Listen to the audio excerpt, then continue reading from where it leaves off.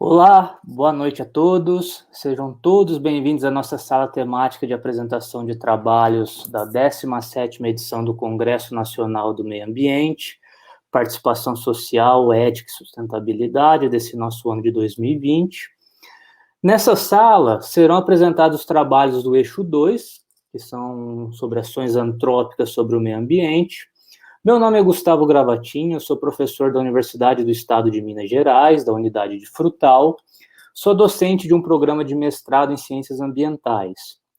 Eu serei avaliador dos trabalhos de hoje, estarei aqui com vocês aí nessas próximas horas. E a dinâmica da nossa apresentação, ela será da seguinte forma. O congressista, ele terá 8 minutos para apresentar o seu trabalho, e caso ele atinja esse tempo, eu irei interrompê-lo. E logo na sequência, nós teremos aí 10 minutos de conversa, onde eu irei fazer algumas perguntas sobre o trabalho do congressista.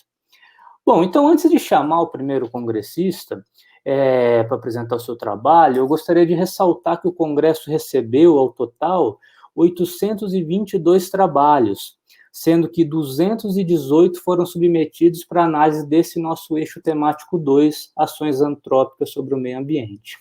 Esse é um número bastante expressivo e importante, ainda mais nesse ano tão atípico aí que estamos vivendo, né? Então, por conta disso, damos parabéns a todos e também agradecemos a vocês, congressistas, por participarem desse nosso congresso. Bom, então, sem mais delongas, gostaria de chamar o primeiro congressista, que é a Ana Cláudia de Godoy do Prado, que apresentará o trabalho intitulado Análise das projeções de extremos pluviométricos das 3 maiores cidades da região sudoeste do Brasil, no período de 2025 a 2099, com o uso do modelo ETA CANI SM2. Olá, a palavra é sua. Boa tarde. Oi, boa tarde. Como o Gustavo mesmo falou, meu nome é Ana Cláudia. Eu sou aluna do curso de Engenharia Civil do Unisal, em Lorena, São Paulo. E esse trabalho ele foi desenvolvido juntamente com a minha orientadora, a doutora Minela Martins. E o título do meu artigo é Análise das projeções de extremos pluviométricos das 3 maiores cidades da região sudeste do Brasil, no período de 2025 a 2099, com o uso do modelo ETA-CAN-ESME2. A introdução. A urbanização não planejada tem crescido muito nas grandes cidades. Isso se dá porque as pessoas elas saem do interior e vão para a cidade grande em busca de melhor qualidade de vida. Só que quando eles chegam lá, eles não têm para onde ir e acabam ocupando áreas de riscos, áreas de mananciais, áreas de risco de inundações, de escorregamentos. E também, conforme eles vão ocupando essa área, eles vão impermeabilizando o solo e também vão tirando as áreas naturais. Então, com o crescimento dessa urbanização não planejada, ele vai auxiliando as mudanças climáticas. E com isso, vem os extremos pluviométricos. Então, o objetivo desse trabalho é avaliar o índice R95P para as 3 maiores cidades, e através dos resultados, eu consegui fazer um melhor planejamento para essas cidades, para que elas consigam já ter menos perdas de vida, menos perdas materiais e tudo mais. A metodologia.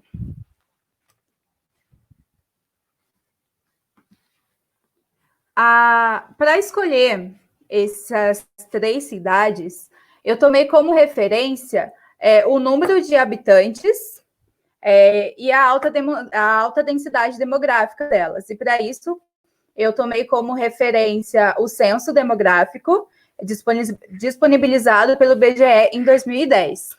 E as cidades que eu escolhi foi São Paulo, Rio de Janeiro e Belo Horizonte. Para fazer essas análises, eu utilizei o índice R95P, que ele consegue capturar extremos, como, por exemplo, aconteceu os extremos em BH. E o que significa esse R95P? O R95P, ele precisa ser maior que o percentil 95. O que isso significa? Como o nome mesmo diz, percentil vem de 100. Eu pego um conjunto de dados, divido ele em 100 partes. E as 95 primeiras partes, eu descarto. E as 5 últimas partes, eu considero como os extremos. E para fazer esse trabalho, eu utilizei o modelo ETA-CAN-ESME, que é a junção do CAN-ESME, que é o Canadian Earth System, que é o modelo global, com o ETA, que é o modelo regional. O ETA, ele faz previsões climáticas, previsões de tempo, de projeções, e por ele ser um modelo brasileiro, ele consegue ter uma melhor qualidade na topografia. Por exemplo, ele consegue fazer perfeitamente a topografia da Serra da Mantiqueira, da Serra do Mar. Então, ele, quando junta com o CAN, ele tem uma melhor resolução e menos erros de resultado. E os meus resultados. Como podemos ver o meu gráfico, ele mostra um aumento nas projeções para essas cidades. Em linha preta está o período histórico, em linha azul, um futuro otimista, em linha vermelha, um futuro pessimista. O que isso significa? Um futuro otimista a gente pensa que a sociedade ela vai emitir menos CO2. E para o futuro pessimista, vai continuar emitindo, vai aumentar esse número de emissões. Esse cenário histórico, futuro e os dois tipos futuros, ele é um modelo do modelo ETA, ele que disponibiliza. Então, como a gente pode ver ali no gráfico, tem um grande aumento. Percebe-se que para São Paulo e Rio de Janeiro, o que está tendo o maior aumento é para o futuro otimista e para Belo Horizonte o futuro pessimista. Tomando como referência o período histórico, São Paulo tem um aumento aproximado de 54%, Rio de Janeiro de aproximadamente 133%, e Belo Horizonte um aumento aproximado de 75%. Percebe-se também um grande aumento nos picos. Então, conclui-se que esse trabalho, a gente consegue ver um aumento desses extremos, certo? E então, a cidade ela precisa se planejar para esse futuro, esse cenário novo hidrológico que deve acontecer, né? E essa é a função nossa como engenheiro civil, planejar essas cidades para que essas cidades, os habitantes tenham uma melhor qualidade de vida. E eles se planejando, eles conseguem diminuir perdas de vida, perdas materiais e etc. E a minha referência e a principal referência que eu utilizei para esse trabalho foi a Show, que é a que comanda o ETA, lá do CPTEC INPE. E é isso, essa foi minha apresentação. Agradeço a atenção. Muito obrigado, Ana. Agora vamos passar para a segunda etapa, né, que é a etapa de arguição. Tenho algumas perguntinhas para você sobre o seu trabalho. Seu trabalho ele é muito legal, muito atual, totalmente conectado aí com esse cenário, inclusive com as palestras que a gente teve agora há pouco aí, para quem está acompanhando o Congresso. Bom, então, a primeira pergunta que eu tenho para você, Ana, é se a metodologia que você escolheu, se ela foi adequada para poder responder as perguntas que você fez no objetivo. Por quê? Sim, sim. Com o modelo, eu consigo ter projeções para o futuro, né? Então, eu consigo saber mais ou menos quanto que vai chover nos próximos anos e assim fazer uma análise melhor, né? Desse período. Sim. E qual que você classifica ali, né, de uma certa maneira, o seu principal resultado? O que você viu ali de mais impactante, assim, para o futuro?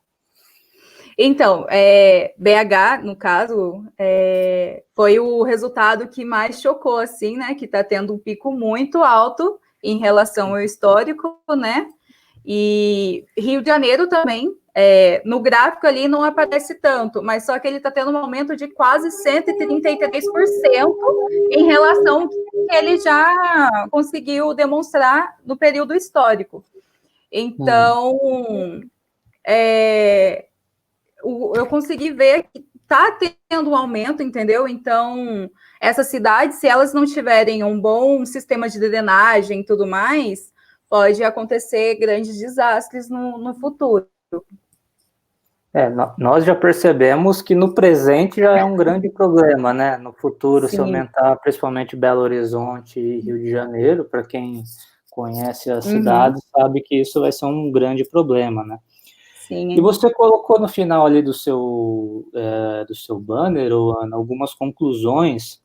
E você acha que essas conclusões que você elencou desse seu trabalho, elas atenderam o objetivo que você propôs do trabalho? Sim, sim. Eu consegui analisar, né? Consegui ver. No caso, esse trabalho, ele é apenas um início, porque ele é o início do meu TCC. Até o final do ano eu vou ter mais resultados, que eu estou estudando 50 cidades, por 50 anos, são muitos resultados, e quem sabe ano que vem eu volto com um artigo mais completo. E eu creio que sim, eu consegui o que eu disse no meu título, eu consegui concluir, sim, eu consegui fazer uma análise do futuro, sobre as que eu citei.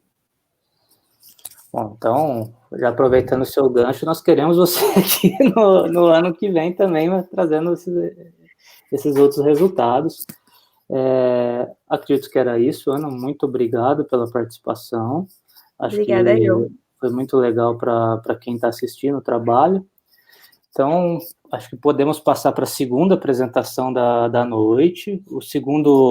Gostaria de convidar o nosso segundo congressista, que é o Igor Figueiredo, que ele vai apresentar para a gente o trabalho intitulado Avaliação Temporal das Concentrações de Fuligem e Dióxido de Enxofre na Atmosfera da Região Sudeste via Sensoriamento. Bom, Igor, então a palavra é sua. Oi, gente, boa noite. Primeiramente, gostaria de falar que eu estou muito feliz em estar aqui dentre os selecionados para a apresentação ao vivo, né, do Congresso. Obrigado por estarem me ouvindo também. E meu nome é Igor Figueiredo, sou acadêmico do curso de Engenharia Ambiental e Sanitária da Universidade Federal de Juiz de Fora. E esse trabalho que eu vou apresentar é um resultado do meu TCC, né, que foi orientado pela professora doutora Aline Sarmento Procópio, do Departamento de Engenharia Ambiental e Sanitária da UFJF também. O título do trabalho é Avaliação Temporal das Concentrações de fuligem de dióxido de enxofre, que é o SO2, na atmosfera da região sudeste via sensoriamento. Começando aqui pela introdução, eu vou falar um pouco da região sudeste, né, que a gente escolheu porque é uma das 5 macro-regiões que é a mais populosa do estado, né, do país. Então, a gente vê que tem grandes problemas atmosféricos lá, porque é uma grande concentração de indústria, uma grande frota veicular e uma grande atividade agrária na região. E o sensoriamento remoto utilizado no trabalho foi realizado através de sensores satélites, que nos últimos anos a gente percebe que teve uma evolução muito grande quando se trata do assunto de poluentes atmosféricos. Aí, já indo para o objetivo, esse trabalho teve o objetivo principal de avaliar a sazonalidade dessas concentrações de SO2 e fuligem, avaliar as médias mensais e da atmosfera ali da região sudeste. Aí já vou entrar na metodologia, né, que a gente escolheu para poder começar esse trabalho. Né? Primeiramente, no começo, a gente definiu duas áreas nessa região sudeste, né? Dois quadrantes, quadrante norte e quadrante sul. De mesma área, os dois quadrantes. Né? O quadrante norte compreende a maior parte do estado de Minas Gerais e a metade do estado do Espírito Santo. O quadrante sul já compreende o estado do Rio de Janeiro, o estado de São Paulo e todo, né? O estado de São Paulo e o estado do Rio de Janeiro todo, a metade do estado de Espírito Santo e uma parte do estado de Minas Gerais. A gente escolheu o dióxido de enxofre e o black carbon como concentração, né, a ser medido por esse sistema remoto. O dióxido de enxofre, que é o SO2, ele é emitido majoritariamente por queima de combustíveis fósseis, né, estando presente nos centros urbanos e pouco presente nas áreas rurais. E o black carbon, que é a fuligem, é um material particulado originado da queima de combustível fóssil que contém carbono. Ou seja, além do black carbon conter emissões de veículos e indústria, ele também abrange ali a queima de biomassa, né? E a queima de biomassa também influencia nessa concentração, principalmente em áreas rurais. A base de dados que a gente utilizou foi o MERRA-2, que é constituído por observações de sensores de plataformas espaciais da NASA. E cada pixel contém uma concentração da variável escolhida, né? Os dados são georreferenciados, possuem resolução de 0,5 graus de latitude por 0,625 graus de longitude. Dá mais ou menos 56 quilômetros por 70 quilômetros de resolução. E os dados baixados vêm em formato do Excel. Então, pode dar um zoom na primeira imagem aí dos resultados, por favor? Que nessa primeira imagem a gente tem elaborado 4 gráficos, né, com uma série temporal de 2006 a 2018, todos os meses. Os gráficos aqui que a gente vê à esquerda são as concentrações de SO2, e os dois gráficos da direita são as concentrações de fuligem. Os gráficos de cima é o quadrante norte e os gráficos de baixo é o quadrante sul da região sudeste. Eles foram confeccionados com a finalidade de identificar as variações das concentrações.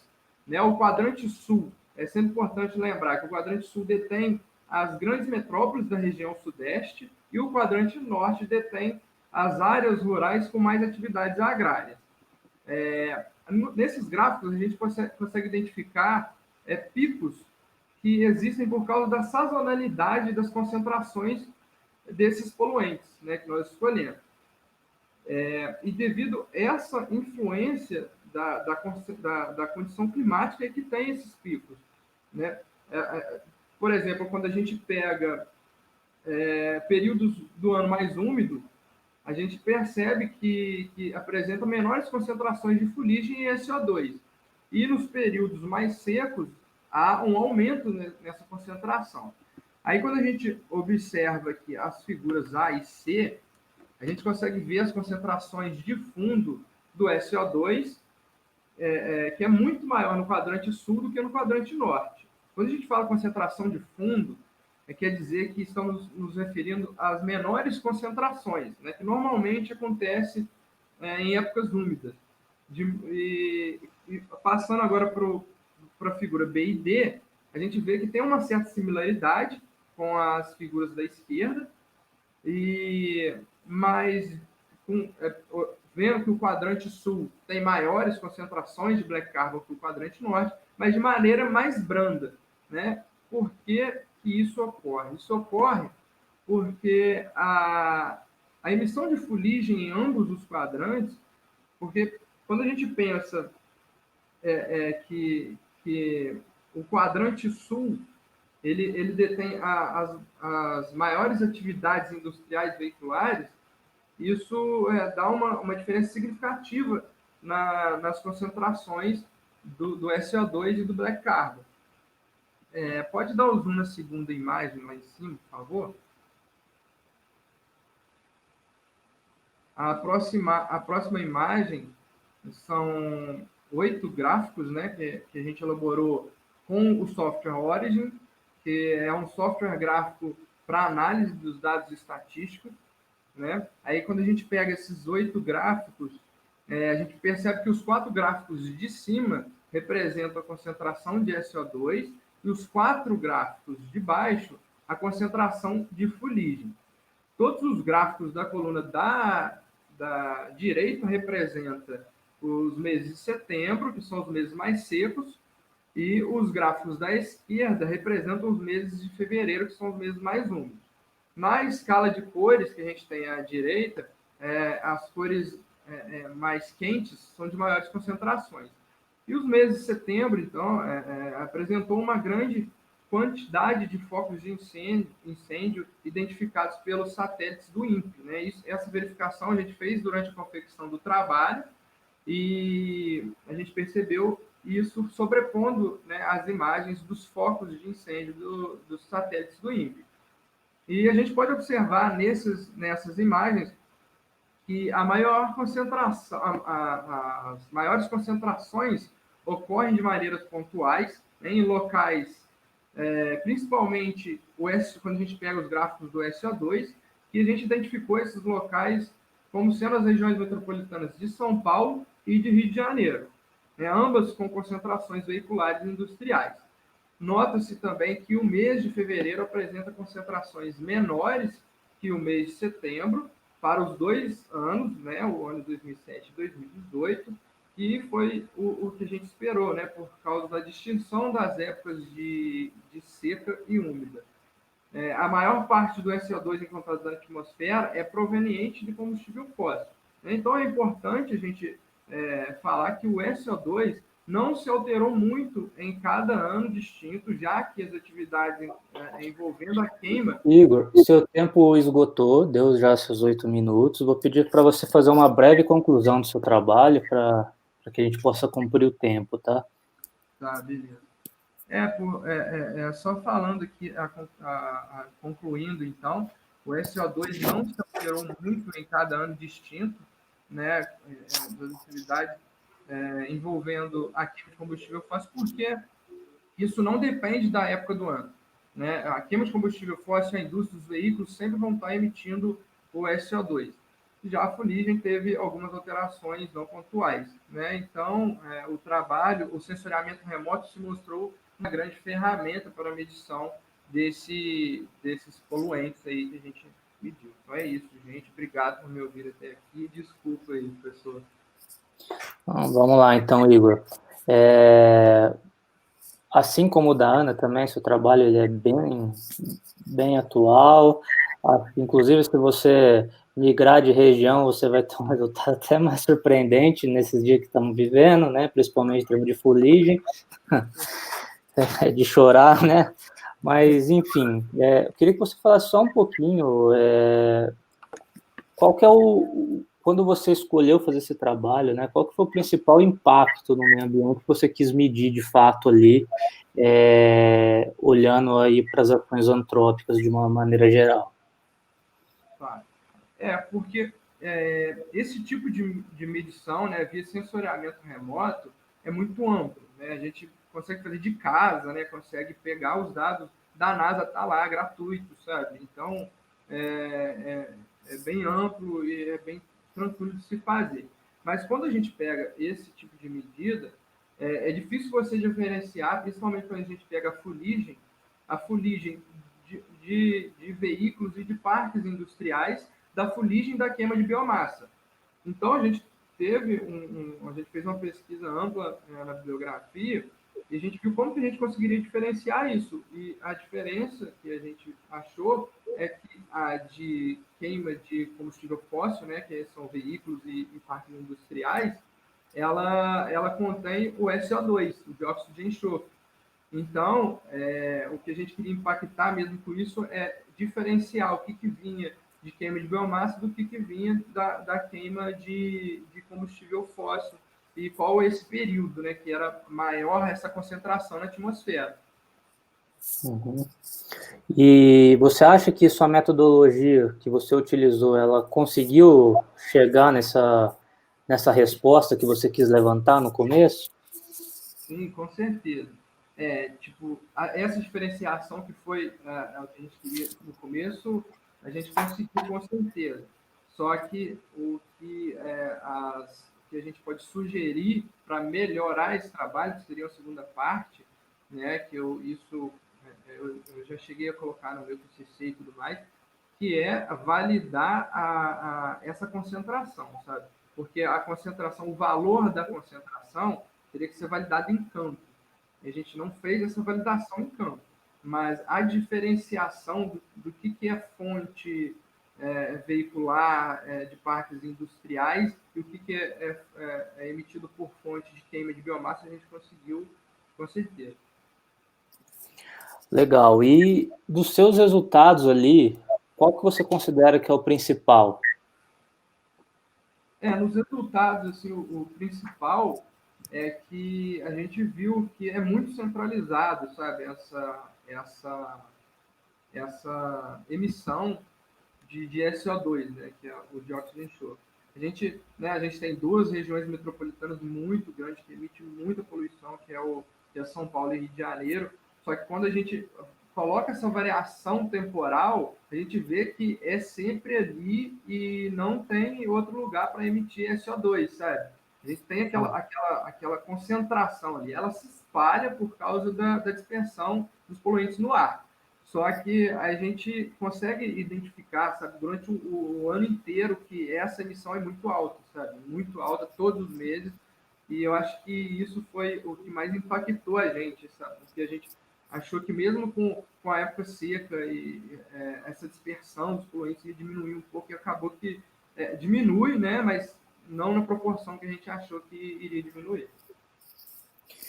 E das conclusões que você elencou ali no final, elas responderam o seu objetivo? Você acha que elas estão de acordo com aquela pergunta inicial? Sim, sim, A pergunta inicial, na verdade, inicialmente a gente começou com o dióxido de enxofre e o black carbon, né, que é a fuligem, justamente para chegar nesse objetivo, certo? Nessa conclusão.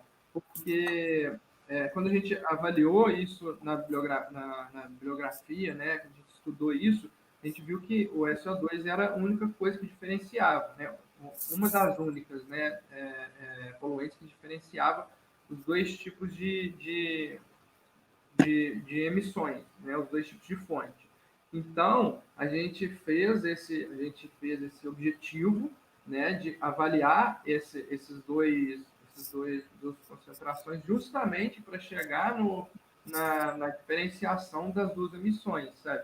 Então, eu acho que a gente conseguiu chegar no nosso objetivo. Legal. Eu tenho uma última perguntinha só para você, o Igor, sobre o seu trabalho, que eu acho que seria legal você abordar um pouquinho desse tema aqui para os nossos ouvintes, telespectadores, não sei o termo adequado, né? Qual que é o efeito desse SO2 nas cidades? Qual que é o efeito dessa fuligem também? Que isso pode trazer de problema, pensando em meio ambiente, pensando em ser humano também? Tá. O SO2, o dióxido de enxofre, né?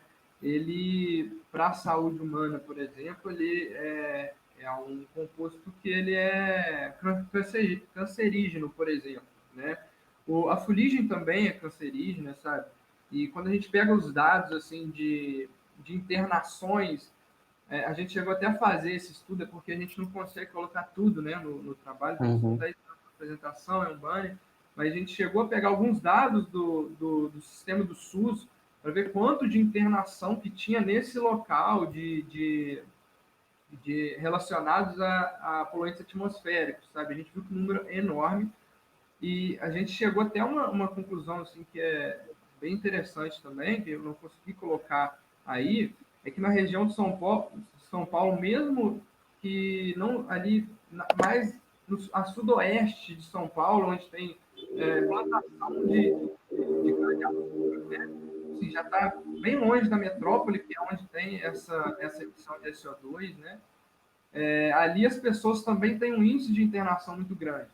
Aí a gente começou a pesquisar por quê, e a gente viu que a plantação de cana-de-açúcar tem uma prática assim, que é muito ruim, que é a queima. Eles fazem a queima antes de cortar a cana. Né? E, então, essa queima é para limpar o mato que está ali na parte mais de baixo da plantação da cana-de-açúcar. E essa queima libera uma quantidade de fuligem enorme, né? Que aí já não é o SO2 é só na região metropolitana. E como a fuligem também é cancerígena, essas pessoas no entorno dessas cidades que têm uma produção de cana-de-açúcar muito alta também tem um índice tão alto quanto quem mora na região metropolitana de São Paulo, sabe? Então, quando a gente pega para avaliar os impactos ambientais assim desses poluentes, eles são muito amplos, sabe? A gente fez assim só da saúde das pessoas porque a gente achou assim mais relevante para um TCC, né? Mas é muito amplo, né? Muito amplo mesmo. E eu acho que a saúde humana também é muito importante, né? Então é isso, Igor, obrigado, já estamos no nosso tempo também. Foi, acho que muito legal quem pôde ver seu trabalho, então nós pudemos perceber que, embora estejamos dentro de um eixo temático de ações antrópicas no meio ambiente, nós vimos dois trabalhos aí diferentes, né?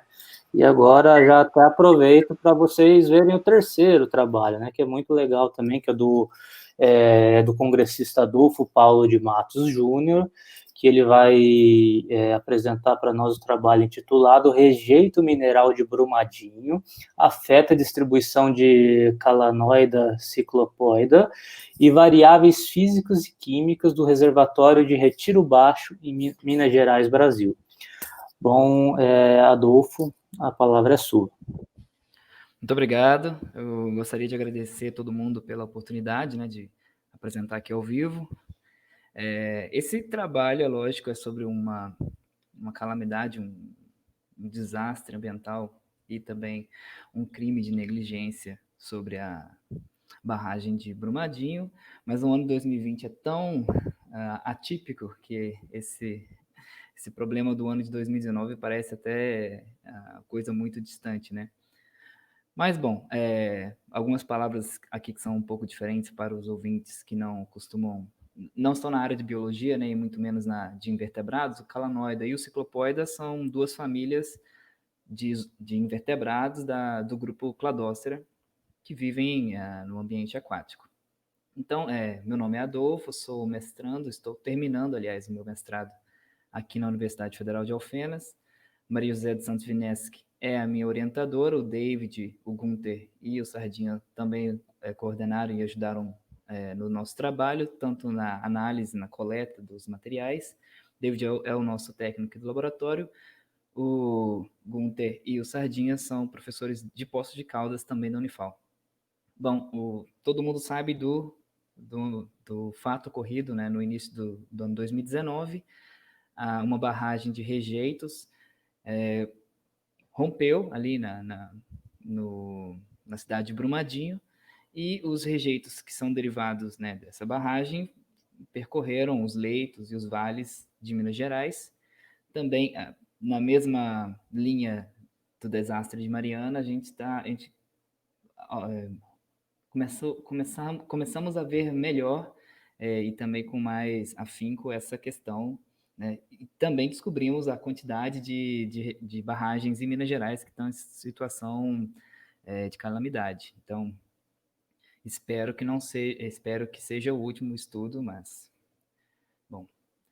Nosso estudo foi nesse reservatório, porque o reservatório de Retiro Baixo é um reservatório da onde o rejeito ia chegar, e nós tivemos tempo de ir coletar antes do rejeito chegar no local, né? Nossas coletas foram antes e após a chegada dos rejeitos no local.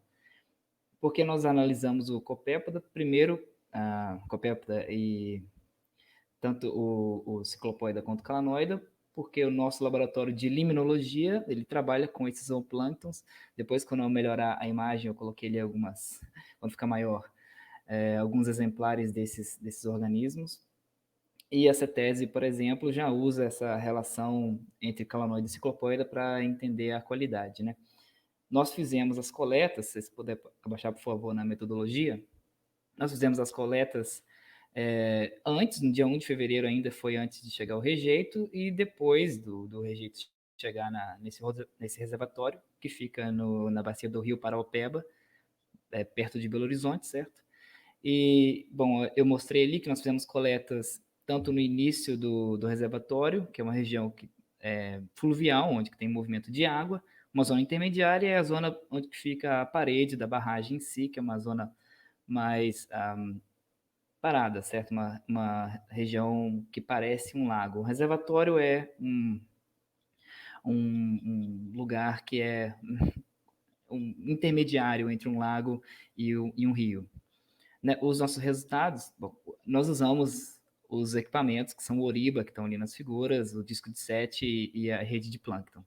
Nossos resultados foram que vimos a diferença, se puder dar zoom, por favor, isso. Diferenças físicas e químicas, né? O meu gráfico está demonstrando em cinza em abril, depois do rejeito, em preto antes do rejeito chegar. A gente vê que na condutividade não tem muita diferença.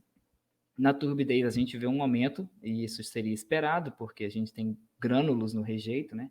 Na transparência também, porque os grânulos interferem, lógico, na transparência, a quantidade de fótons que chega no ambiente aquático. E no oxigênio dissolvido, nós podemos ver que não teve muita diferença, na verdade até um aumento, né? Isso foi um resultado até interessante, tivemos que analisar melhor essa situação. Lógico que esse tipo de acontecimento não é um acontecimento comum, não tem muita bibliografia anterior sobre barragem de rejeitos, né, chegando em lagos e rios e tudo mais. Se puder abaixar, fazendo um favor, para a segunda figura. Nessa figura eu estou mostrando a densidade dos organismos, e a figura do meio, que é a mais importante aqui, é a razão ciclopoida calanoida. Essa razão ciclopoida calanoida, que é a razão da CETESB em si, né, uma companhia de São Paulo sobre qualidade de água, ela não chegou num patamar que diria que é dito que houve uma diferença do que existia antes e depois. Porém, nós percebemos um aumento de densidade, tanto no ciclopoida quanto no calanoida, e um aumento num estágio de desenvolvimento específico dos ciclopoidas, que são os náuplios, que são os organismos jovens, certo? Então, os rejeitos em si, eles são compostos principalmente de sílica, e também os ferros, né, e os outros metais pesados, e a água, e esse tipo de composto e a quantidade de rejeito, nós precisamos ainda entender todas as implicações que essa faria no ambiente. Mas sim, podemos, sem dúvida, podemos dizer que esse rejeito alterou principalmente as características químicas e físicas da água, e também na quantidade de organismos zooplânctônicos que encontramos no local. Isso, provavelmente, e com certeza, vai afetar a cadeia trófica, a quantidade de energia, a transferência de energia entre os animais, a produção primária de algas, por exemplo. E isso, com certeza, afeta tanto a montante, né, tanto os organismos que dependem disso, quanto a jusante, os rejeitos e a qualidade da água que virá para os reservatórios subsequentes, e então chegando perto de São Paulo. Então, esse foi o nosso trabalho, e eu gostaria de agradecer novamente a todos vocês, e deixar aqui deixar o tempo livre, aberto para as perguntas de cada um e do Gustavo. Bom, muito obrigado, Adolfo, pela apresentação. Novamente, acho que os congressistas que estão nos assistindo agora percebem também que uma outra abordagem de ações antrópicas sobre o meio ambiente, que que tem trazido aí problemas. Essa foi como o próprio Ailton Krenak falou agora há pouco, né, na palestra anterior, que isso não foi só um acidente, foi coisa a mais aí, né, que impactou impactou a sociedade, o meio ambiente, animais, enfim, né, tudo que é o que vem depois. Então, essa discussão ela é muito legal também para que a gente possa reavivar esse tema. E de cara, se eu queria perguntar para você, o Adolfo, sobre justamente por que você usou esse micro-organismo como bioindicador do problema e da qualidade de água. Claro, sim. Nosso laboratório, aliás, eu estou dentro dele, aliás, é de limnologia, né? Então, nós estudamos os corpos de água doce. E dentro dos corpos de água doce, você pode estudar, claro, peixe, ictiologia, tanto mamíferos, anfíbios.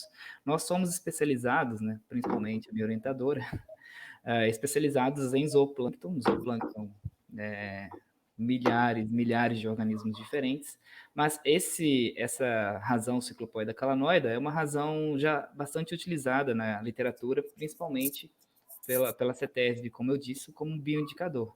Então, pelo fato disso, eu usei essa razão específica, né? Nós temos, lógico, novos resultados com outros organismos que estão lá dentro também da nossa amostra que nós coletamos, que provavelmente vai acontecer ano que vem, como rotíferas e outros organismos também. Entendi. Então, você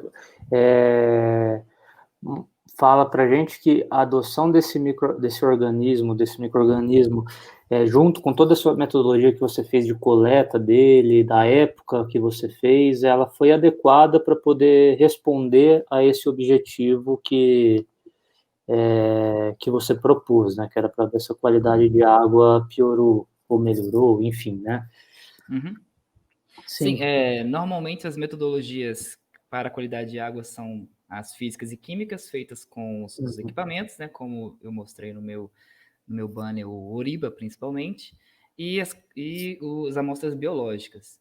Nas amostras biológicas de zooplâncton, você vai fazer a análise da comunidade, ou seja, os organismos estão ali, a densidade deles, porque cada organismo, espécie, tem uma sensibilidade diferente, e você já tem na literatura, por exemplo, que alguns organismos rotífera e principalmente ciclopóida aqui no meu trabalho, eles são mais resistentes à poluição. Quanto mais poluído, a menor qualidade de água tiver um corpo hídrico, é esperado que se tenha mais ciclopóida naquele local.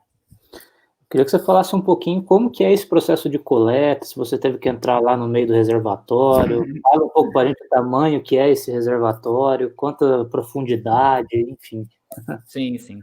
Eu também faço coletas, né? Mas aqui eu tenho que agradecer de novo ao David, o nosso técnico do laboratório, que foi quem colocou a mão na massa mesmo para ir lá no reservatório de Retiro Baixo. Sim, você precisa ir em loco.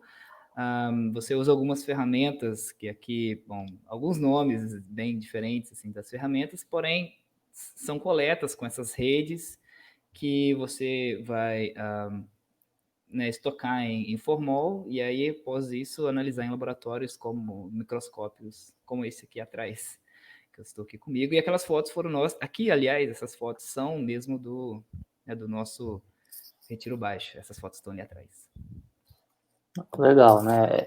É legal você falar para mostrar a complexidade que é o trabalho, né? Não só em nível laboratorial, mas como também a nível de campo, de ter que ir lá buscar, coletar, enfim, né? Sim.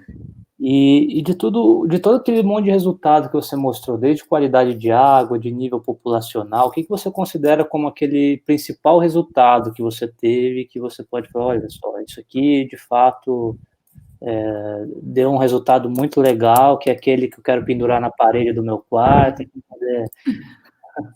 Então, uma coisa, né? Alguns resultados nós esperávamos, por exemplo, transparência da água diminuir, pelo fato do rejeito ser de cor escura, e também, a turbidez também ter aumentado, pelo fato também do rejeito. Agora, nós não esperávamos que o oxigênio ia ficar na quantidade que ficou, e também não esperava, eu esperava que tivesse mais ciclopoida ou pelo menos nenhum animal, né? Mas nós tivemos um aumento da densidade desses organismos, o que para mim foi um resultado muito diferente do que eu imaginava que poderia acontecer. Um resultado empírico foi que nós observamos um crescimento enorme de algas.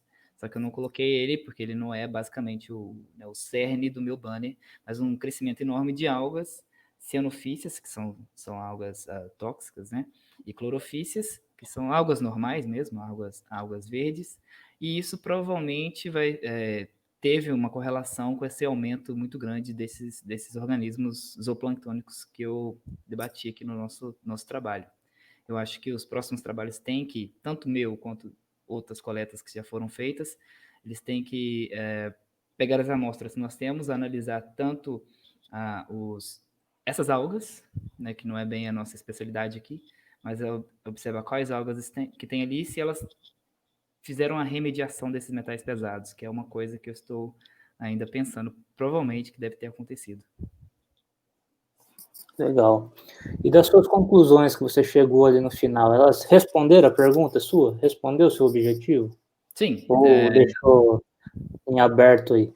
Sim, eles responderam, né? Assim, lógico que uma barragem de rejeitos romperam é uma coisa que você espera na bibliografia, nem encontra, mas os objetivos físicos e químicos, principalmente, eles pareceram parecidos com o que eu imaginaria acontecer, e essa nova diferença, que foi uma alteração, sim, como está no título, do ciclopoide e calanoida, mas de uma forma que intriga mais do que responde muito, né? Então, novos trabalhos a partir disso. Bom, Adolfo, era isso a apresentação. Muito obrigado mais uma vez. Eu que agradeço. Então, já vamos chamar o nosso próximo congressista, que é o Vitor Vassoler, que ele vai apresentar para nós o trabalho intitulado Avaliação do Impacto do Resíduo Proveniente do Rompimento da Barragem de Brumadinho na atividade dos micro-organismos redutores de ferro. Vitor, a palavra é sua. Obrigado, Gustavo. Boa noite a todos. Como o Gustavo já introduziu, meu nome é Vitor e no meu grupo a gente estudou a avaliação do impacto do resíduo proveniente também do rompimento da barragem de Brumadinho, assim como o trabalho anterior, mas ela foi no enfoque da atividade dos micro-organismos redutores de ferro. O grupo é composto por mim, outra aluna de pós-graduação, Gabriela Vaz Lobo, e os professores doutores Diego de Souza Sardinha, Juliana Kawanishi e Gunther Bruch. Bom, para a gente fazer uma introdução aqui meio simples, como foi dito anteriormente, houve o rompimento da barragem de Brumadinho em janeiro de 2019, na qual 12 milhões de metros cúbicos de rejeito de ferro, de minério de ferro, acabaram por se propagar pelos hectares, pelas áreas não só próximas também, mas distantes ali de onde se encontrava a própria barragem. Foram milhares de pessoas atingidas, tanto pelas suas atividades econômicas, que viviam de agricultura, de pesca, que se concentravam também muito mais ali nas atividades do Rio Paraopeba.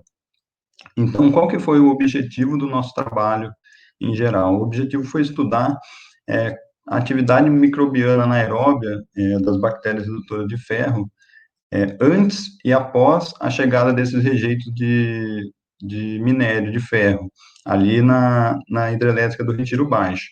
Então, a gente quis fazer um comparativo para ver quais eram os impactos em cima dessas bactérias que ali estavam.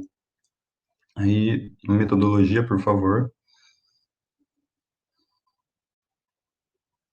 A nossa metodologia, ela se concentrou em fazer coleta em 3 pontos da bacia do Retiro Baixo ali, do reservatório, e antes da chegada do minério de ferro e 6 meses após a chegada do minério de ferro.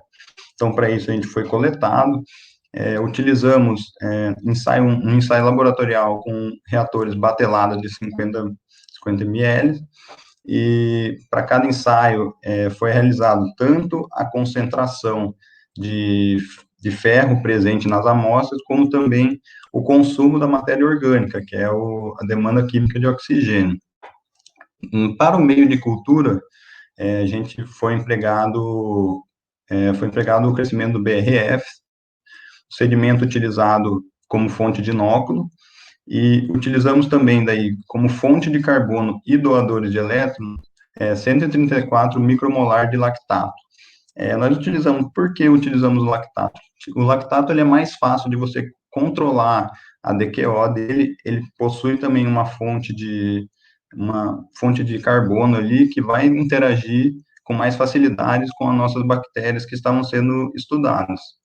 Então, para isso também, os nossos ensaios foram realizados em triplicata, tanto para as amostras antes quanto para depois, e também realizamos os reatores sem a adição do nosso sedimento, que são os reatores controle. Então, eles não têm, para a gente poder fazer um comparativo com eles, certo? Então, quais foram os resultados ali obtidos de forma mais simples, assim, para a gente explicar? Aqui nós temos na tabela 1 o consumo da demanda química de oxigênio nas amostras antes e depois da chegada do minério de ferro. Nós podemos perceber que, tanto na amostra antes e depois, a concentração inicial de DQO, ela é bem elevada. Isso se deve pela quantidade de matéria orgânica biodegradada ali presente. E depois, percebemos ali que tem uma quantidade menor. Então, isso também se dá também pela elevada concentração de matéria inorgânica ali presente. Quanto à eficiência, percebemos que antes obteve uma eficiência de remoção maior, mas depois da chegada dos rejeitos também existiu uma eficiência relativamente boa. Pode subir, por favor.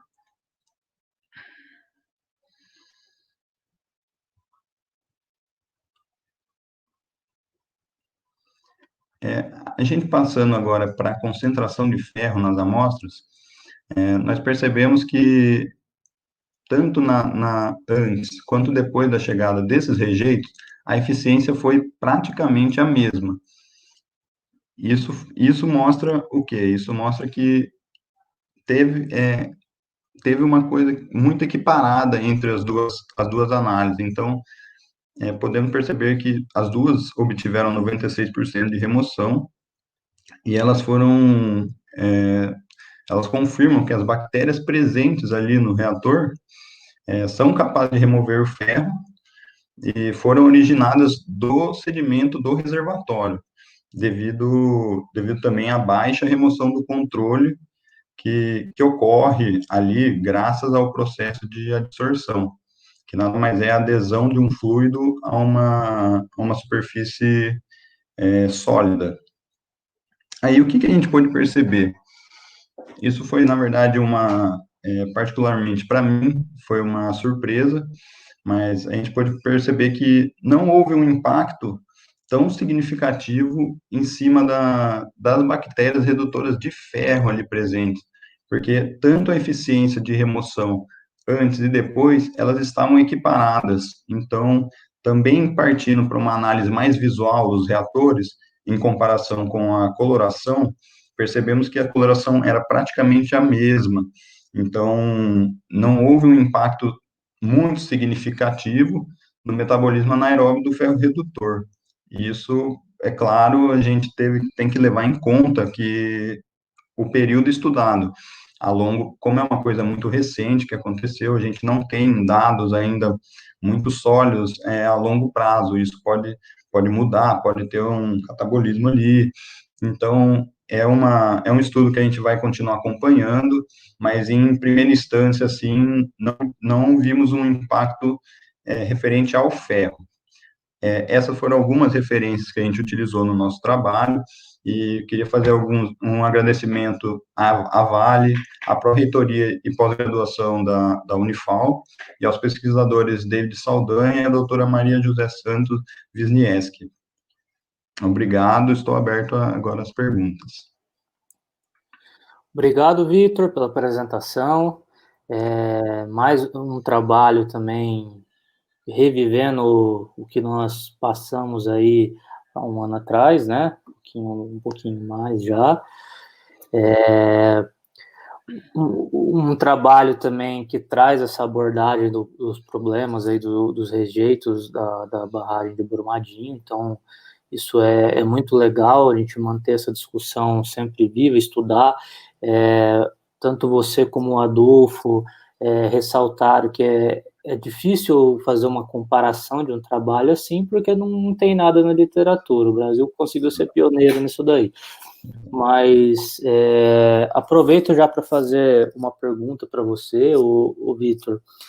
A metodologia que você fez para poder estudar esse trabalho aí, ela conseguiu atender seu objetivo? E eu gostaria também que você explicasse um pouco o que é aquele tratamento controle que você utilizou e como que foi ali o micro-organismo inoculado e tudo mais. Bom, perfeito. O trabalho em si, na verdade, é um trabalho mais abrangente, a gente não focou tanto também só na parte das bactérias redutoras de ferro, mas também nas bactérias redutoras de sulfato. Em primeira mão, assim, uma coisa mais a curto prazo, realmente ela atendeu, porque era isso que era o nosso objetivo principal, era ver se existia algum impacto no consumo, na biodegradação, tanto da matéria orgânica ali, quanto das bactérias de ferro. Então, isso atendeu o nosso objetivo inicial. Então, agora o nosso próximo objetivo é saber se isso a um longo prazo pode ter algum tipo de influência no ecossistema ali, tanto para as pessoas, no rio, no próprio rio Paraopeba, entre outros. O controle, ele nada mais serve que ele não recebe o inóculo, então ele serve como um comparativo para a gente. A gente vai fazendo as análises tanto nas amostras que possuem o sedimento, quanto nas que não possuem, que é o controle, para a gente ver se existe, as análises elas ainda estão atendendo a um parâmetro, sabe? Para não ficar uma coisa muito, para ter com o que comparar e ter com o que ter os resultados um comparativo. É mais por isso que existe o controle. Uhum. E dentro dos seus resultados, você demonstrou lá que houve uma eficiência de remoção muito forte dentro do antes e depois ali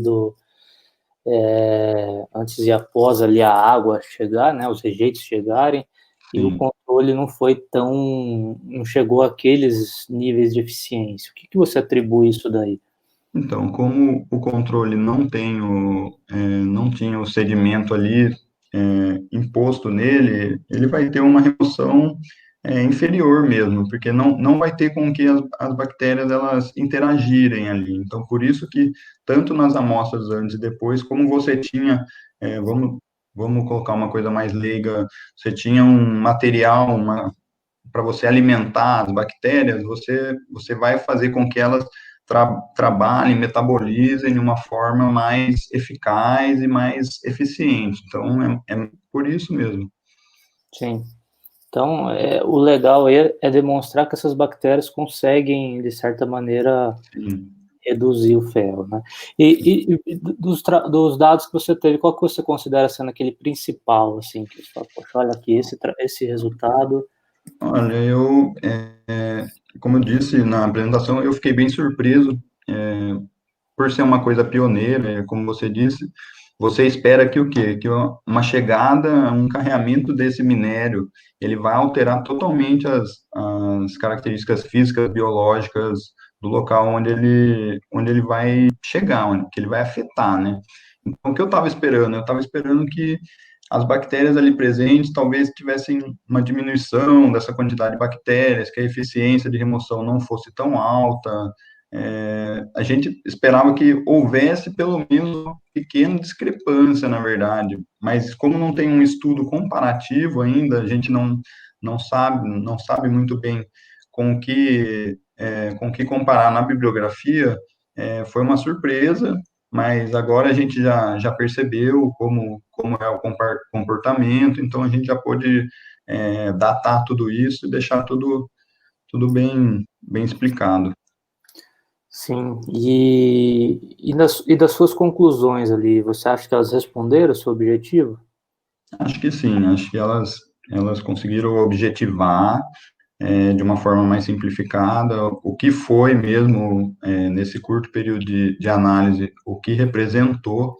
Então, acho que ela conseguiu dar aquele corpo final ali, aquela explicação final para o que foi nosso trabalho. Mas, como eu disse, é um trabalho mais a longo prazo, tanto que desde do rompimento mesmo da barragem, a gente está vendo, que não é mais falado, né? Hoje em dia já foi esquecido, mas ainda existem muitas coisas que estão acontecendo nos locais que receberam esse minério. Então, é uma coisa que vai se transformando com o passar do tempo, vão acontecendo coisas novas, então a gente precisa ficar ligado quanto a isso.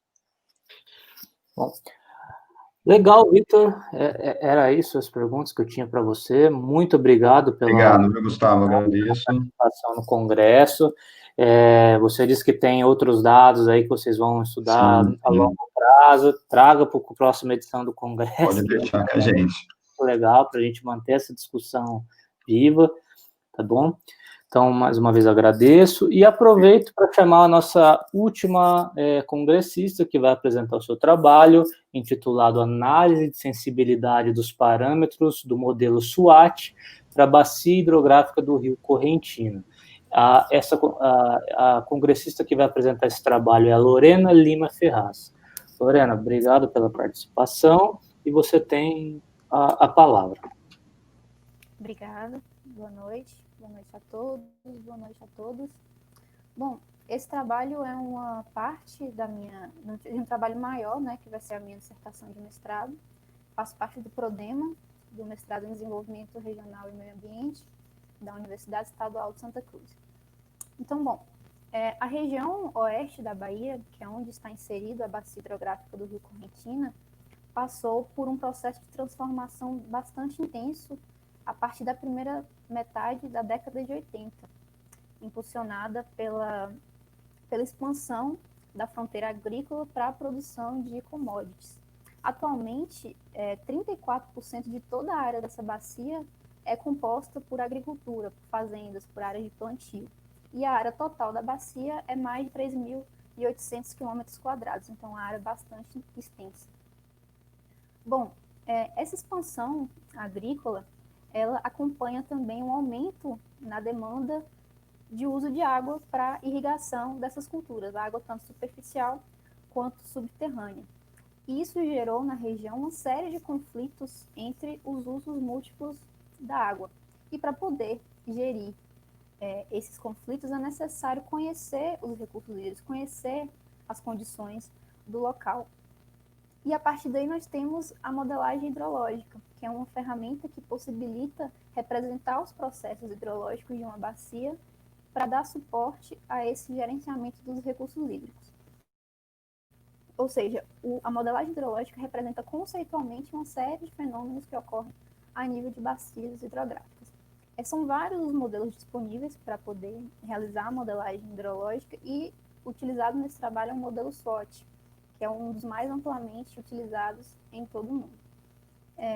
Um dos pontos negativos do SWOT, assim como de vários outros modelos, é a grande quantidade de parâmetros para poder simular a saída de vazão. O SWOT ele possibilita, além de estimar a vazão, estimar a perda de solo, o transporte de nutrientes e a qualidade da água. Então, visto que esse processo de calibração de uma grande quantidade de parâmetros exige um esforço computacional muito grande e, consequentemente, consumo de tempo, a análise de sensibilidade ela surge como uma ferramenta para poder otimizar esse processo, apontando através de estatísticas quais são os parâmetros que mais afetam na saída do modelo. Então, diante disso, o objetivo principal do trabalho é realizar a análise de sensibilidade dos parâmetros do modelo SWOT para a bacia do Rio Correntina, localizada na região oeste da Bahia. Bom, como metodologia, temos a área de estudo, que é a bacia do Rio Correntina, que ocupa uma área de 3.852 km². E o modelo SWOT ele tem como dados de entrada 5 principais dados, que se puder dar um zoom nessa tabela de dados de entrada, por favor, que são os mapas de uso e ocupação do solo, que foram obtidos no mapa Biomas, os mapas de tipo de solo, que foram obtidos através da plataforma da Embrapa, do site da Embrapa, os dados meteorológicos obtidos no INMET, o modelo digital de elevação, que foi obtido no INPE, e os dados de vazão obtidos na Agência Nacional de Águas. Então, esses dados alimentam o modelo que dão uma saída que pode ser vazão, segmento, depende do que a gente vai calibrar. Então, a análise de sensibilidade utilizou o algoritmo SUF, executado pelo SWOT-CUP, que realiza a calibração automática. E a sensibilidade dos parâmetros foi avaliada pelo teste T-Stat e pelo P-Value, que são estatísticas calculadas pelo próprio SWOT-CUP. E quanto maior for o valor modular, o valor absoluto de T-Stat, e menor o valor de P-Value, mais sensível o parâmetro se apresenta. Nós temos aí um mapa de localização da área de estudo e, como resultados, pode colocar a tabela de resultados para mim, por favor. Como resultados, nós temos um ranking disponibilizado pelo programa, que é gerado pelo programa, que aponta quais os parâmetros mais sensíveis. E nós temos aí o método de substituição desses parâmetros e temos o valor de T-Stat e P-Value. Então, como resultado, nós temos que o parâmetro mais sensível é o CN2, que ele representa o número da curva que está relacionado ao escoamento superficial, seguido do coeficiente de recarga para o aquífero profundo. Em terceiro lugar, o fator de evaporação de água no solo, que é o ESCO, que está ligado aos níveis de evapotranspiração. Em quarto lugar, nós temos a profundidade do aquífero raso para ocorrer o escoamento de base. Em quinto, a profundidade de água no aquífero raso para ocorrer a percolação. E em sexto lugar, a disponibilidade de água no solo, que é o solo AWC. Como os 4 parâmetros menos sensíveis pelo modelo, nós temos o coeficiente de ascensão de água da zona saturada, que é o REVAP, o tempo de recarga do aquífero raso, que é o delay, medido em dias, a condutividade hidráulica do solo e a constante de recessão do escoamento de base, que é o alfa-BF. Então, como conclusão do trabalho, nós temos que os 5 parâmetros mais sensíveis estão relacionados ao escoamento superficial, a recarga do aquífero, a percolação e a evapotranspiração. Então, isso bate bastante com a análise de sensibilidade realizada em outros locais que apontam que os parâmetros que mais afetam o modelo são relacionados a esses processos. Então, o estudo permitiu realizar essa análise de sensibilidade dos parâmetros do modelo, o que vai facilitar bastante a etapa de calibração. Como referências, né, eu utilizei o TUT e o Zadeli. Então, é isso, estou aberta aos questionamentos. Muito obrigado, Lorena. Mais uma temática diferente dentro da nossa mesa temática aqui de apresentação de trabalhos, a nossa sala temática. Ô, Lorena, eu queria que você falasse para a gente qual que foi aquele principal impacto antrópico que você viu para poder delinear esse trabalho, de onde que surgiu essa ideia para chegar até aí? Bom, é sabido que a região oeste da Bahia tem um desenvolvimento agrícola muito grande, é uma das maiores produtoras de commodities do Brasil. Então, o agronegócio é muito presente naquela região. Então, em 1980, no início de 1980, somente 3% de toda a área da bacia era composta por agricultura. Hoje, 34% da área é composta por agricultura. Então, para essa área crescer, teve que haver desmatamento. Para aquela área crescer, tinha que ter água para poder irrigar as culturas. Então, não tive como colocar nesse trabalho de agora, mas houve uma queda de quase 50% nas vazões médias do rio Correntina.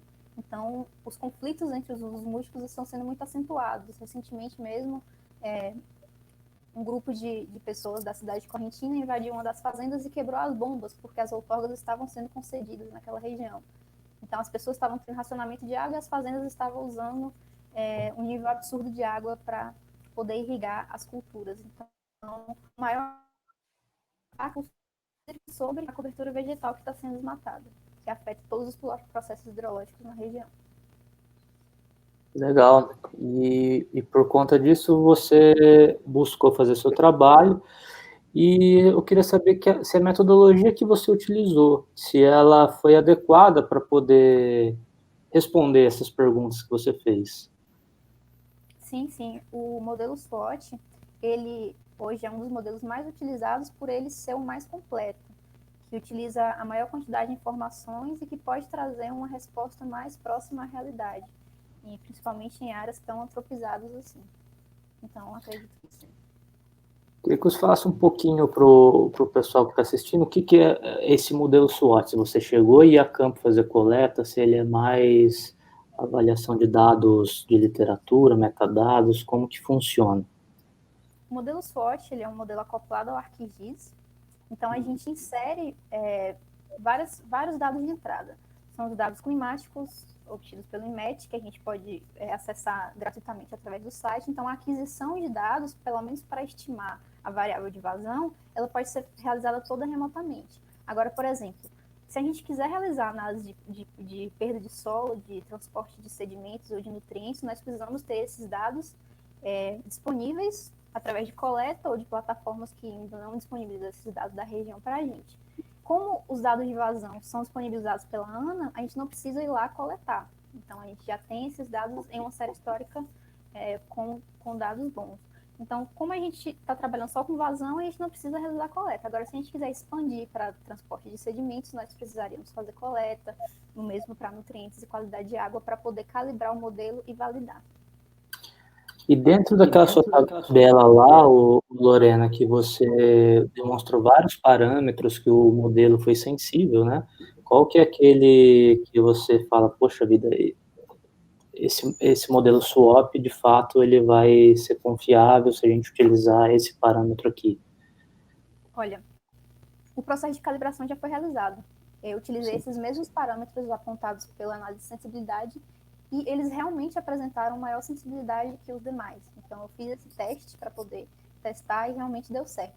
E realmente o parâmetro CN2 ele foi o mais sensível porque ele está relacionado ao escoamento superficial. Então, se eu diminuo o escoamento superficial, eu tiro a água do sistema. Então, eu tenho um ajuste da curva melhor. Então, o parâmetro que apresentou maior sensibilidade foi o CN2. Então, foi aquele parâmetro que a gente focou mais esforços para conseguir calibrar o modelo. Legal. E das suas conclusões, elas atenderam o objetivo, então? Atenderam sim, porque já facilitou bastante na etapa de calibração. Não precisei calibrar todos os 23 parâmetros, calibrei só esses 6 apontados como mais sensíveis e eu tive uma redução de tempo e de processamento bem significativa. Legal.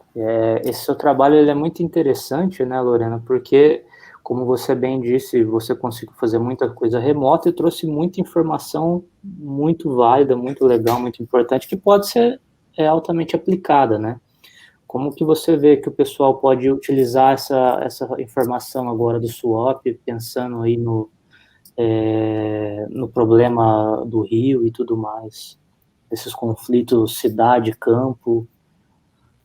Com certeza. Nós podemos também avaliar a mudança do uso do solo. Então, daqui 50 anos, se eu continuar nesse ritmo de mudança de uso do solo, de retirada de água, como é que vai estar a situação do rio?